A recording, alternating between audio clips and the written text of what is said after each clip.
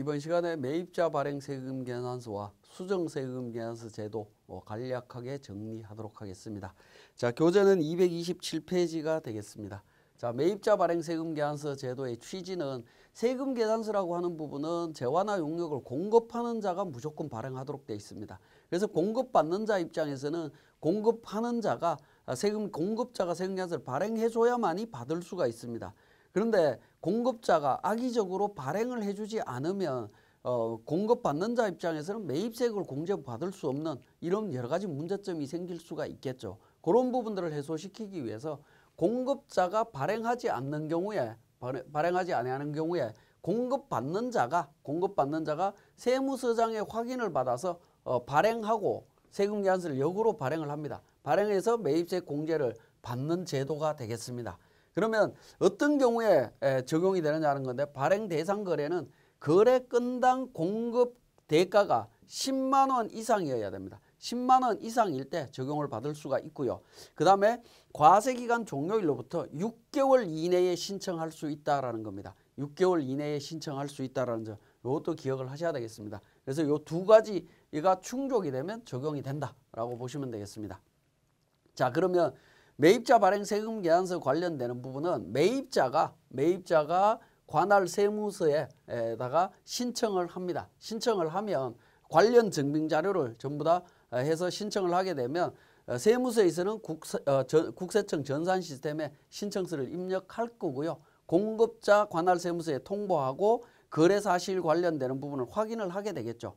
그러면 이제 공급자 관련되는 부분 확인해서 통보를 해주게 되면 신청자가 매입자가 세금 계산서를 발급을 하고 매입자는 매입세액 공제를 받으면서 이 부분을 공급자한테 제공하게 됩니다. 그럼 공급자는 결과적으로는 가산세 부담이 생길 수밖에 없는 구조가 되겠죠. 이러한 부분이 매입자 발행 세금 계산서 제도인데 실무에서는 뭐 자주 생기지는 않습니다. 자주 생기지는 않지만 우리가 어쨌든 이런 기능이 있기 때문에 한번 확인해 볼 필요가 있어서 말씀을 드렸습니다.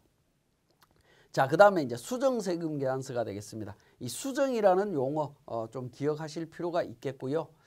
자, 수정 세금 계산서는 중요한 부분이 이 구분이라고 하는 수정 사유가 되겠습니다. 이 부분이 굉장히 중요한 부분이 되겠습니다. 수정 사유를 반드시 확인을 하셔야 됩니다. 자, 첫 번째 관련되는 수정 사유 부분입니다. 우리 교재는 229페이지에 내용이 나와 있고요. 지금 화면에 보이는 표는 231페이지가 되겠습니다. 재화를 매출을 했는데 반품이 일어나는 경우 있겠죠. 환입이라고 되어 있는데 일반적으로는 반품이라고 생각을 하셔도 됩니다. 자, 반품이 된 경우에는 수정세금계산서 발급일, 이 발급일자도 굉장히 중요한데요. 발급일은 환입된 날이 되겠습니다. 재화가 들어온 날 기준으로 세금계산서를 발행하는데 마이너스 세금계산서를 한 장 발행한다라고 보시면 됩니다. 자, 수정세금계산서를 발행할 때 수정세금계산서 장수가 몇 장인지도 여러분들이 기억하실 필요가 있습니다. 환입된 경우에는 한 장 발행하고요. 작성연월일은 환입된 날을 기준으로 합니다. 그러다 보니까 수정신고해야 되느냐 하는 부분인데 수정일자에 과세기간분에 신고하기 때문에 수정신고는 안 한다라는 겁니다. 자, 그 다음 사유는 계약의 해제가 되겠습니다. 계약이 해제된 경우에는 세금계산서 발행했는데 계약이 해제됐다. 즉 아파트 공급을 받았는데 그게 중도에 해지됐다. 뭐 이런 부분이 되겠죠. 이런 경우에는 계약 해제일 기준으로 사유 발생한 날 기준으로 세금계산서 한 장 발행합니다. 그래서 수정신고는 안 합니다. 발행한 날 기준으로 부가세 신고하시면 되기 때문에 그렇습니다.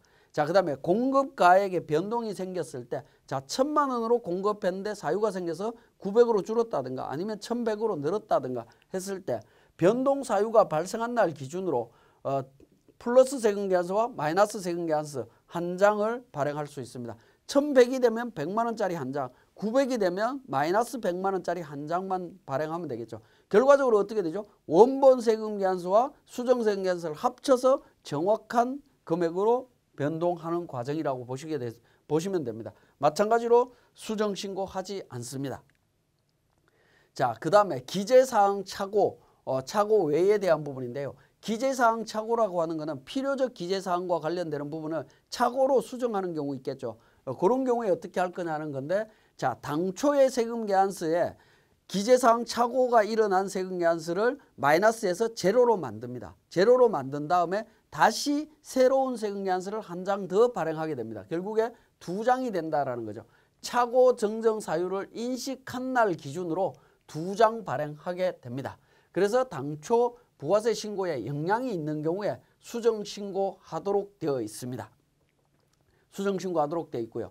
기재사항 착오 외의 사항인 경우에는 공급일이 속하는 과세기간에 대한 확정 신고 기한까지 요거는 발급하도록 되어 있습니다. 자, 기재사항 착오와 관련되는 부분은 당초 세금계산서 작성일자 날짜로 가서 당초 세금계산서를 취소하고, 취소한다는 얘기는 삭제하는 것이 아니라 기존의 세금계산서에 똑같은 금액을 마이너스에서 2개 더해서 제로로 만든 다음에 새로운 세금계산서를 한 장 더 만든다. 그래서 2장이 나온다라는 겁니다. 자, 그 다음에 내국신용장 사후 개설의 경우에는 내국신용장 개설일을 기준으로 해서 마이너스의 세금계산서와 영세율 세금계산서로 발행한다. 결국에 2장을 발행한다라는 겁니다. 당초 세금계산서 기준으로 작성일자 기준으로 수정세금계산서를 발행하고요. 자, 요 경우에도 수정신고는 하지 않습니다. 왜 수정신고하지 않느냐라고 하면 내국신용장 개설은 과세 기간 내에 일어나야 되기 때문에 과세 기간 내라고 하는 것은 부가세 신고하기 전에 일어난다라는 거죠. 그렇기 때문에 수정신고할 일이 없다라는 의미로 이해를 하시면 되겠습니다. 자, 이중 발급했을 때 이런 부분들이 많이 발생하죠. 이중 발급했을 때는 부의세금계산서로 한 장 해서 당초 날짜로 취소하시면 됩니다. 미발급 대상인 경우에는 발행하면 안 되는 거였는데 발행을 했다. 이런 경우에는 마이너스로 해서 당초 날짜로 하시면 되고요. 세율 착오 10% 세율인데 0%로 했다든가 또 뭐 이런 부분이 되겠죠. 이런 착오를 했을 때도 마찬가지로 2장으로 해서 작성을 하게 됩니다. 그래서 당초 부가가치세 신고에 영향이 있는 경우에 수정 신고를 해야 된다라는 거 기억을 하셔야 되겠습니다. 자, 그러면 내국신용장 사후 개설과 관련되는 부분, 이 부분을 이제 실무적으로 한번 살펴보면, 자, 내국신용장 등 사후 개설 시에 발급하는 부분입니다. 재화의 공급일이 4월 5일입니다. 공급가액 1,000만 원이고요. 1,000만 원이고 내국신용장이 6월 20일 날 개설이 됐다라는 겁니다. 자, 그러면 4월 5일이면 세금계산서 언제까지 발행해야 되냐면 5월 10날까지, 다음 달 10일까지 내국신용장이 있으면 영세율이 적용이 되는 건데 내국신용장이 없기 때문에 과세세금계산서가 발행이 되어야 될 겁니다. 자, 요 사례 부분은 당초 날짜 공급이 된 시점에 그냥 세금계산서 발행했다라고 보겠습니다. 어쨌든 5월 10날까지는 발행할 수 있습니다. 자, 당초에 4월 5일자 기준으로 세금계산서를 발행하는데 내국신용장이 없었기 때문에 과세세금계산서로, 그죠? 과세세금계산서로 발행을 했습니다. 그런데 수정세금계산서는 6월 20날 내국신용장이 개설이 되면서 당초 세금계산서가 영세율이 되었어야 되는 부분입니다. 그죠? 그래서 수정세금계산서는 2장이 됩니다. 6월 20날 업무를 진행하면서 4월 5일 기준으로 당초에 있던 부분 1,000만 원, 마이너스 1,000만 원, 마이너스 100만 원에서 취소와 관련되는 세금계산서 처리를 합니다. 결국에 요 두 개를 더하게 되면 제로가 되죠. 그죠? 제로가 되는 상태입니다. 그리고 6월 20날 기준으로 당초 날짜 4월 5일자로 1,000만 원 영세율로 세금계산서를 다시 발행하는 부분이 되겠습니다. 내국신용장이 사후 개설됐을 때는 총 세금계산서는 총 3장이 나와야 된다는 사실 반드시 기억하셔야 되겠습니다. 만약 이 수정세금계산서를 발행하지 않는다든가 했을 때는 불성실 가산세, 미발급 가산세 등 여러 가지 가산세가 발생될 수 있다는 점 기억하셔야 되겠습니다. 자, 그러면 이 부분과 관련되는 내용을 우리 세무사랑 프로를 통해서 정리하도록 하겠습니다. 자, 교재 227페이지에 매입자 발행 관련되는 부분이 되겠습니다. 자, 매입자 발행 세금계산서는 만약에 발생이 된다라고 하면 이 부분 어떻게 정리할 거냐 하는 부분인데요. 예를 들어서 제가 입력을 해보도록 하겠습니다. 자, 2월 25일자에 과세 부분이 되겠습니다. 예를 들어서 과세 부분으로 해서 상대방이 매입자가 발행을 해서 우리한테 줬다라고 가정을 하면, 자, 11번 매입자 발행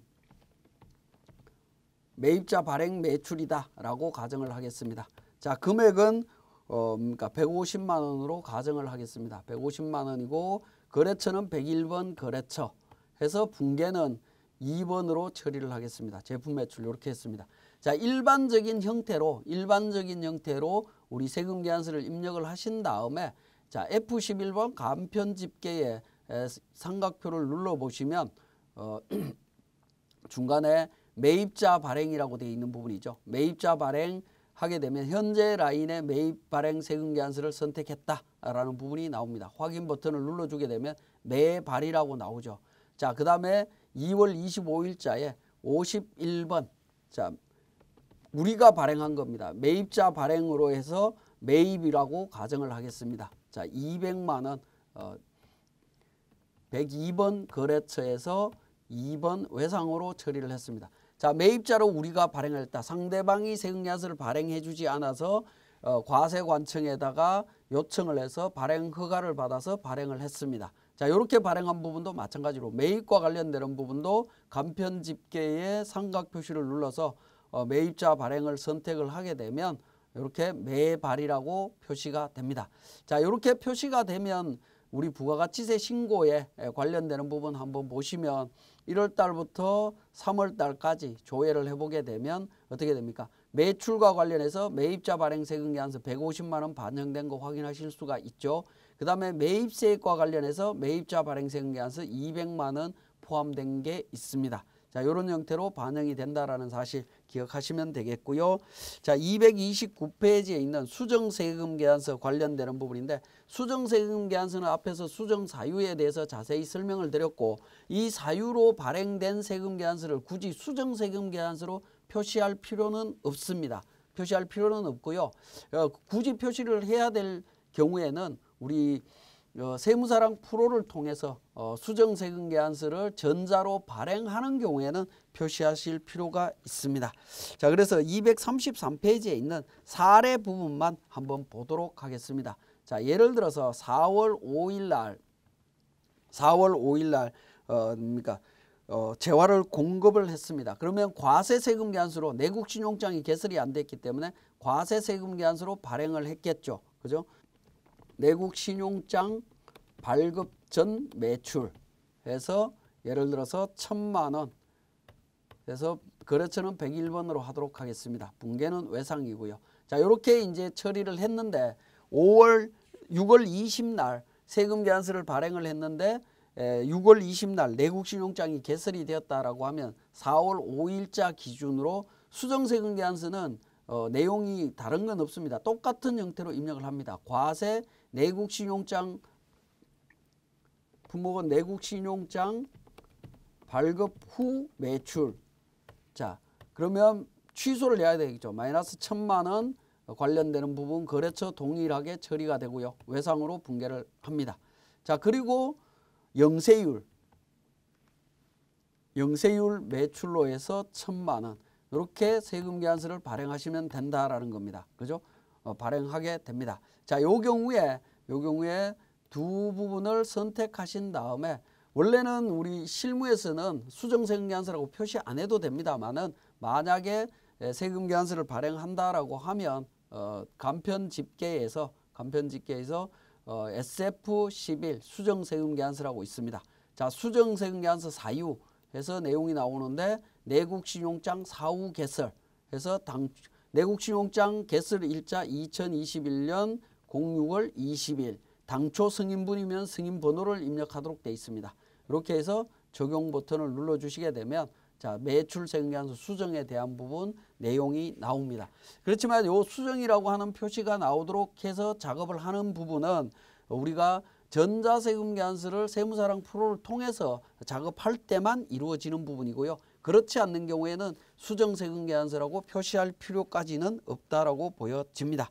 자, 그 다음에 235페이지에 전자세금 계산서 발행에 대한 부분이 나옵니다. 예를 들어서 지금 방금 발행했던 이 세금 계산서를 전자로 발행하겠다라고 하면 수정과 관련되는 부분 처리했고요. 오른쪽에 툴바에 있는 전자세금 계산서 발행이라고 하는 버튼을 통해 갖고 발행하실 수 있습니다. 전체를 누르게 되면 수정세금 계산서 관련되는 부분 4월 5일자만 제가 확인을 하도록 하겠습니다. 자, 그러면 미발행된 상태죠. 이 부분을 우리 전자 발행이라는 버튼을 통해서 발행하게 되는데 이 부분은 이제 세무 포털이라고 하는 전자세금계산서 발행해주는 사이트를 통해서 발행이 된다라고 보시면 되겠습니다. 그 사이트를 통해서 우리 직접 전자세금계산서를 발행하는 경우에는 이 세무사랑 프로에 있는 기능을 활용해서 진행할 수 있습니다. 자, 지금까지 우리 매입 매출 전표 툴바 기능 중에 매입자 발행 또 수정 세금계산서에 대한 내용이었습니다.